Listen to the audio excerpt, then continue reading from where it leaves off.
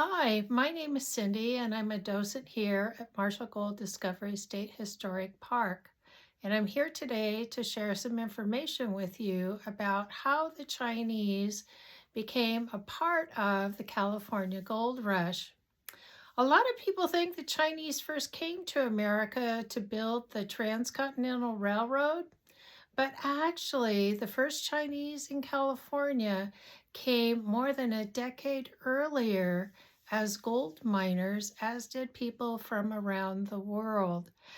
So, to get some numbers out of the way, in 1848, the year that gold was discovered in California, there were only two Chinese people who were recorded as living in California. This was in the Los Angeles area.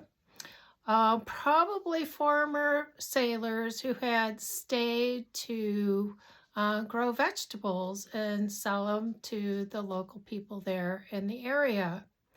In 1849, a year after gold was discovered, and when the 49ers were coming across the plains and around the oceans, um, there were only 58 Chinese individuals who were recorded as coming to California. In 1850, though, that number had increased to 500, and in 1851, there were 2,716 recorded coming through San Francisco. However, in 1852, there were over 20,000 Chinese individuals who came by ship to California to mine for gold. So the question is, why did they come? Or why this big number in 1852? And the answer to that is when the the knowledge of the gold rush um, was presented to Hong Kong in 1848, there wasn't the idea that people would go from Hong Kong to California to be miners. Hong Kong at that time was a British colony, and it was a great port for and a free port with lots and lots of products that were actually destined to Europe. And at that time, the ship owners realized that it was a lot faster for people, for the products from Hong Kong to arrive in California long before the products needed by the miners could be shipped from the east coast of the United States. So from Hong Kong to San Francisco was about 45 days, but from Boston or New York to San Francisco was a good 90 days or even more, depending on the weather. So initially, Hong Kong, which was which was ruled by the British at the time, was a free and open port compared to the rest of China. And so it initially then was sending products to California, all those things that the miners needed, and they needed right away, from shoes to hats to clothes to eating utensils to lumber to canvas, anything that a miner might need, and also a lot of things that were used to build San Francisco, including granite, to build some of the buildings in San Francisco.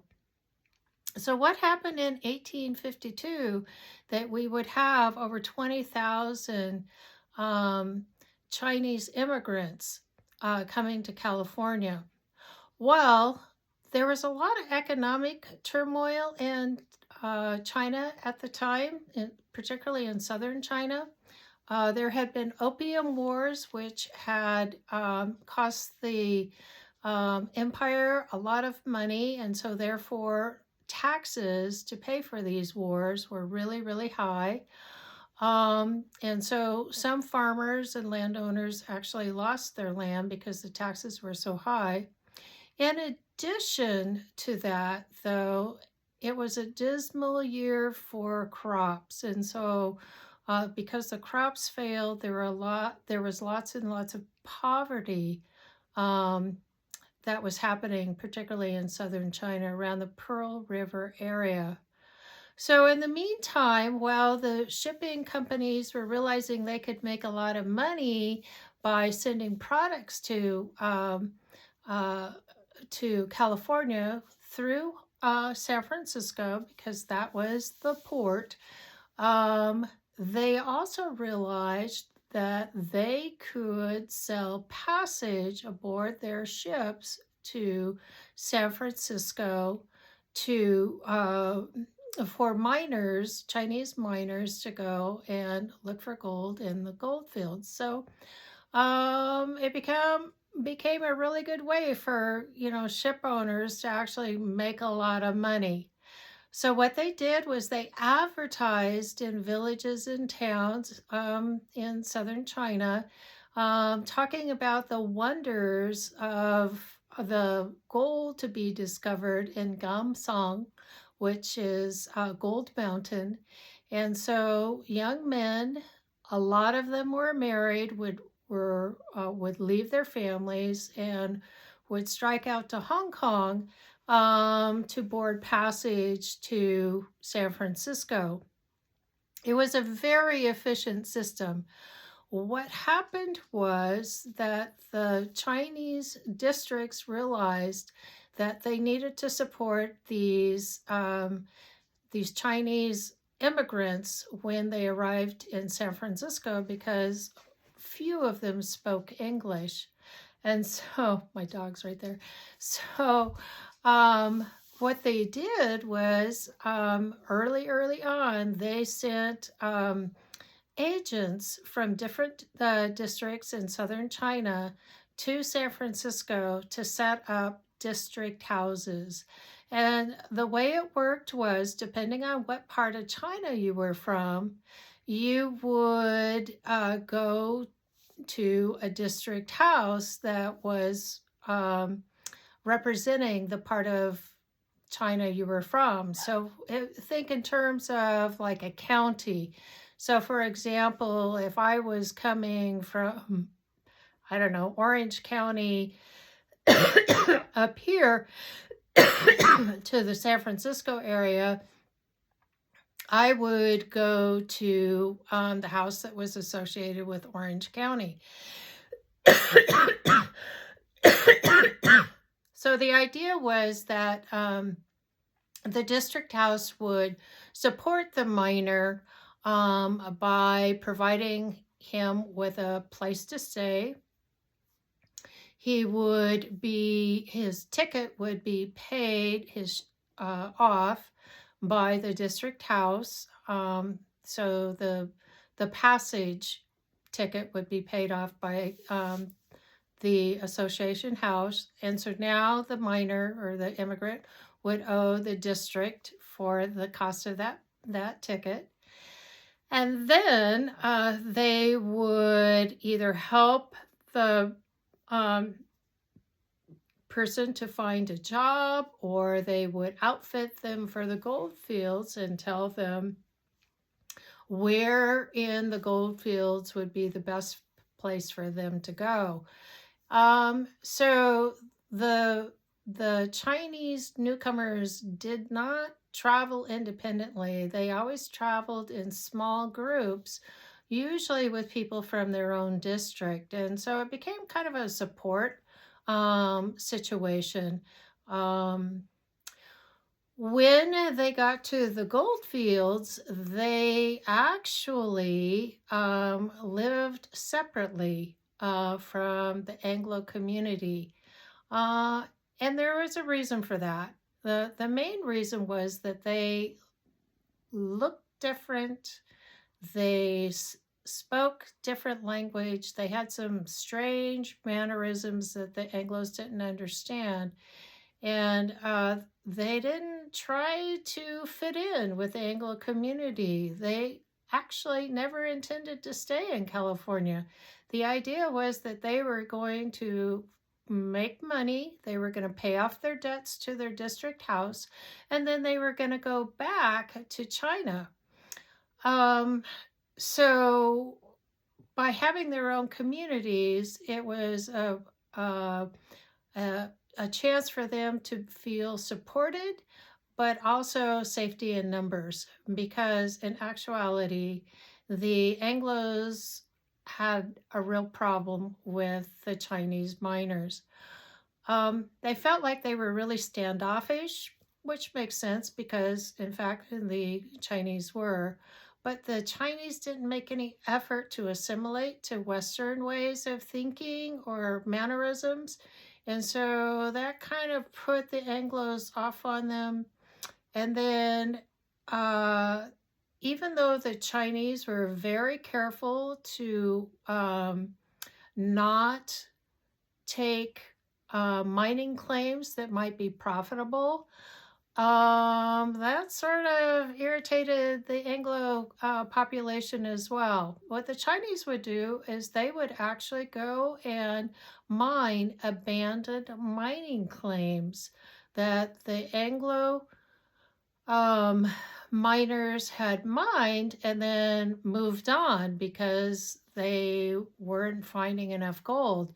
Well, when the Chinese companies or groups of men would come in, they were patient, they were efficient, they took their time, and they really worked the mine, and they became really quite successful.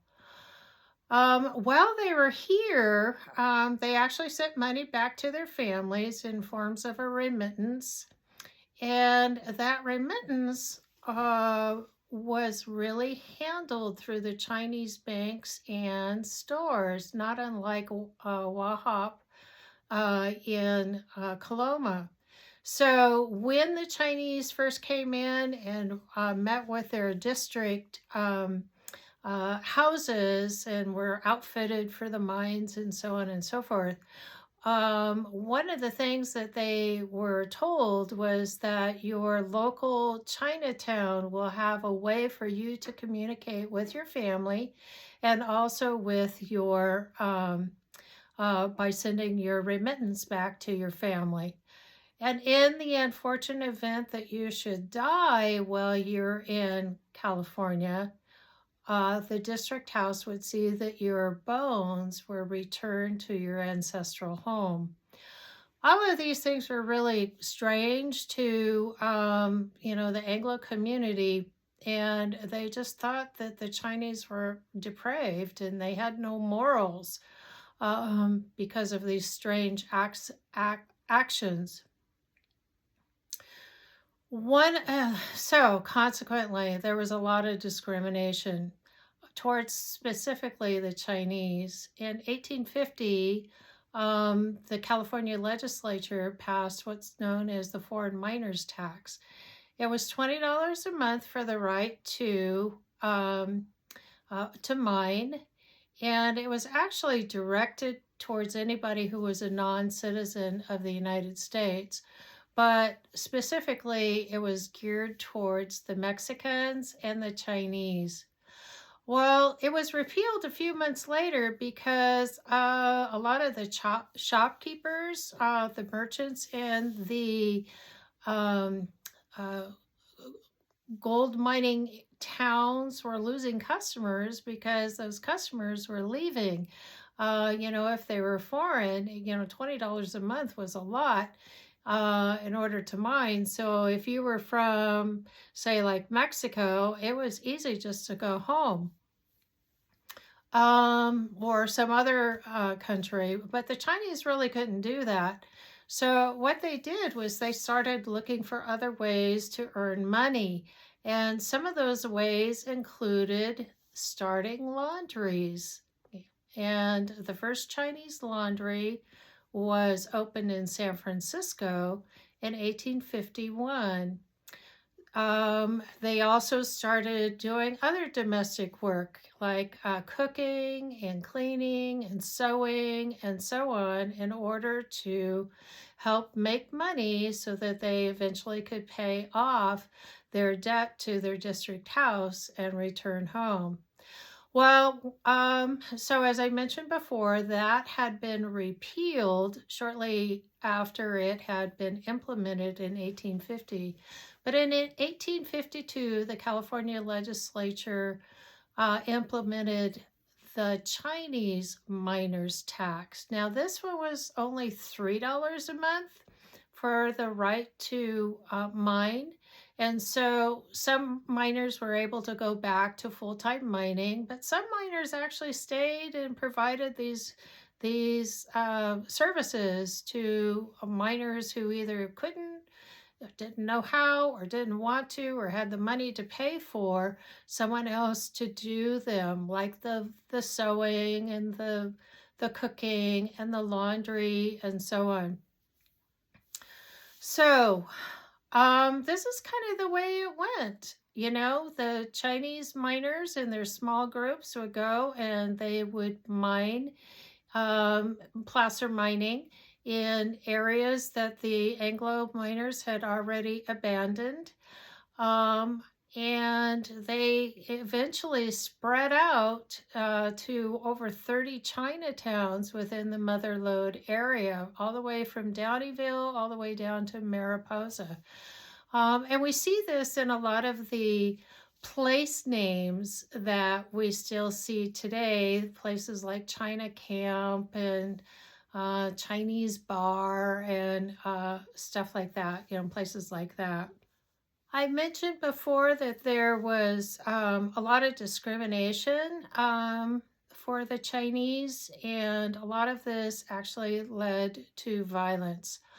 Um, the Anglo population would find that they could rob the Chinese miners and nothing would happen to them. There were instances where Chinese, well, actually, a lot of instances where Chinese were beaten, even murdered. And in fact, that was one of the cases that happened in Coloma.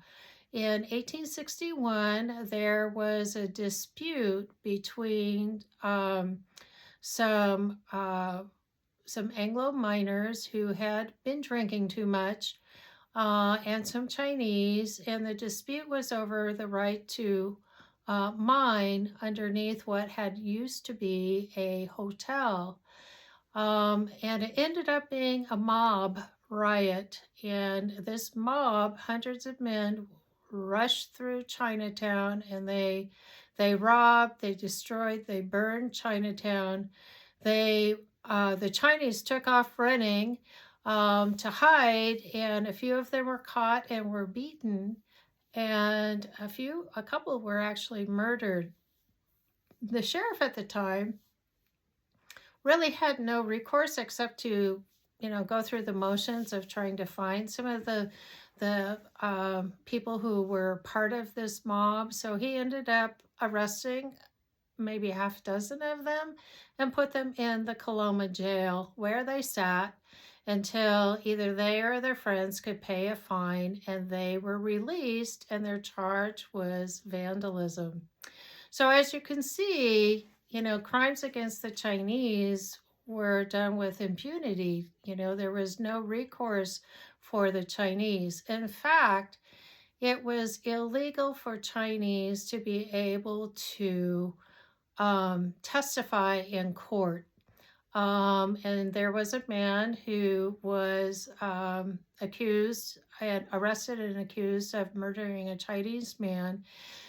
And when his Chinese witnesses testified, the Supreme Court of California said that Chinese could not testify in court. And so the man who committed the murder was actually freed.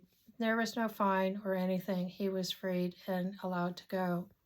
So in Coloma, after the 1861 riot, the community actually did recover and rebuilt and continued until 1880 when it burned. Fire was so common in those days, and Chinatown burned in 1880, and it was never rebuilt.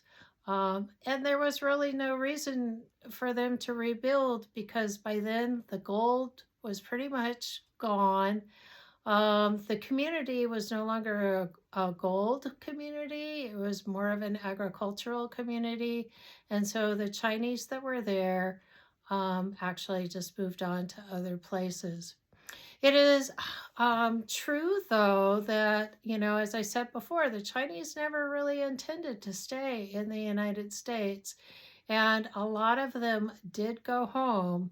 The ones that were early on going back to China, of course, they were successful because they found the easy gold, and it became like a demonstration to others that yes, there is gold to be found here. And that's part of what perpetuated the big numbers coming in 1852, because the miners had seen evidence that gold could be found. But gradually, the miners moved on to other things. And it's estimated about half of those who came to the California Gold Rush actually returned to China, and they bettered themselves and their families in the same way that happened with successful American miners. Maybe not filthy rich, but enough to kind of lift their family up a little bit, so they weren't as destitute as they had been before. With the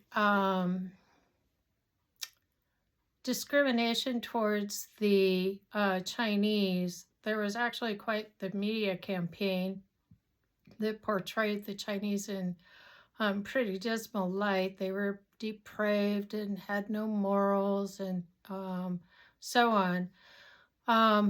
Eventually, in 1882, there was something called the Chinese Exclusion Act, and that meant that the only Chinese that were allowed to immigrate to the United States were professionals, be like lawyers and teachers, very successful merchants. But the laborer was no longer allowed to come to the United States, and that wasn't repealed until about 1843. So, what sorts of contributions did the Chinese leave us with? And one of those is their perseverance, and we can think of the hard work that they contributed towards, the development of California.